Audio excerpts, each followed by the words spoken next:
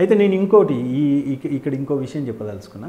టోటల్గా స్టేట్ ఈ మోడీ అనేది టాక్ ఏదైతే ఉన్నదో ఆ టాక్లో 60% ఓటు రూపకంగా మారినా కానీ నేను అనుకుంటున్న ఫస్ట్ ప్లేస్ ఉంటుంది. నేను ఆల్రెడీ నా వెబ్ ఛానల్ ప్రజాబాటలో కూడా నేను అనాలిసిస్ రాసిన. చాలామంది కూడా ఫోన్లు చేశారు. 1-2 ప్రాంతమే మినహా మిగతా అంతా కూడా 100% కరెక్ట్ ఉన్నది. 1-2 ఏదో కొన్ని అంటే కొద్దిగా డిఫరెంట్ ఉన్నది, కానీ అన్నీ అనాలిసిస్ బాగా చేశారని చెప్పారు. నేను అనుకుంటుంది ఏంటంటే 100% కాంగ్రెస్ కన్నా మెరుగైన ఫలితాలు, అంటే ఫస్ట్ ప్లేస్ ఉండే అవకాశం ఉన్నది ఇక్కడ ఈ పబ్లిక్ టాక్ మీదకి వెళ్ళి. ఈ క్యాండిడేట్స్ ఓటు రూపకంగా తీసుకుపోయి పోలింగ్ మేనేజ్మెంట్లో కనుక బీజేపీ సక్సెస్ అయితే నా గెస్ ప్రకారం ఫస్ట్ ప్లేస్ వస్తాయి సీట్స్ తెలంగాణ. కాంగ్రెస్ కన్నా కూడా ఎక్కువ. నేను ఫస్ట్ ప్లేస్ అంటున్నాను, కాంగ్రెస్ సెకండ్ ప్లేస్ ఉంటుంది. అదే అంటున్నా. కాంగ్రెస్ నాకు తెలిసి బీఆర్ఎస్కు చాలా అంటే చాలా తక్కువ వచ్చే అవకాశం ఉంది.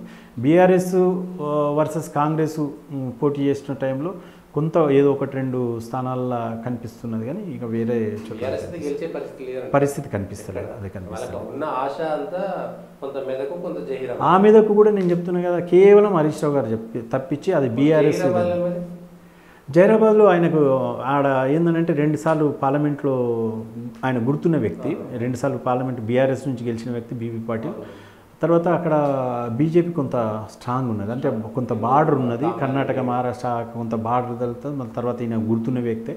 తర్వాత కామారెడ్డి బీజేపీ ప్రజెంట్ ఎమ్మెల్యే ఉన్నాడు. అక్కడ ఒక సిచ్యువేషన్ ఏమైందనంటే ఆ కామారెడ్డి కూడా ఆ పార్లమెంట్ పరిధిలో కొంత పడేది, అంటే ఇద్దరు సీఎంలు, అంటే మాజీ సీఎంను ప్రజెంట్ సీఎంను ఓడగొట్టిండు అనేది కూడా అక్కడ వచ్చింది. కాబట్టి అక్కడ మెదక్ జిల్లాలో ఉన్న 2 కూడా జైరాబాద్ అంటే కొంత నిజామాబాద్ 4 కాన్స్టిట్యున్సీలు నిజామాబాద్ గెలుస్తాయి. ఈ 2 కూడా మంచి అవకాశం ఉంది, మంచిగా గెలిచే పరిస్థితుల్లో ఉన్నది బీజేపీ. అది 100% చెప్పుకోవచ్చు.